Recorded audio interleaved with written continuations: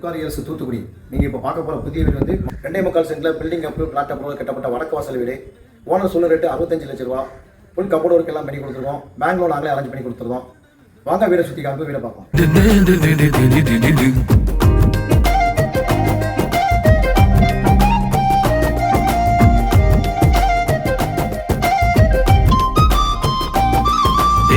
நெஞ்சு குழி தொட்டு போகிற அடி அலையே அலையே கண்ணு மொழி வாங்கி ஓடுற.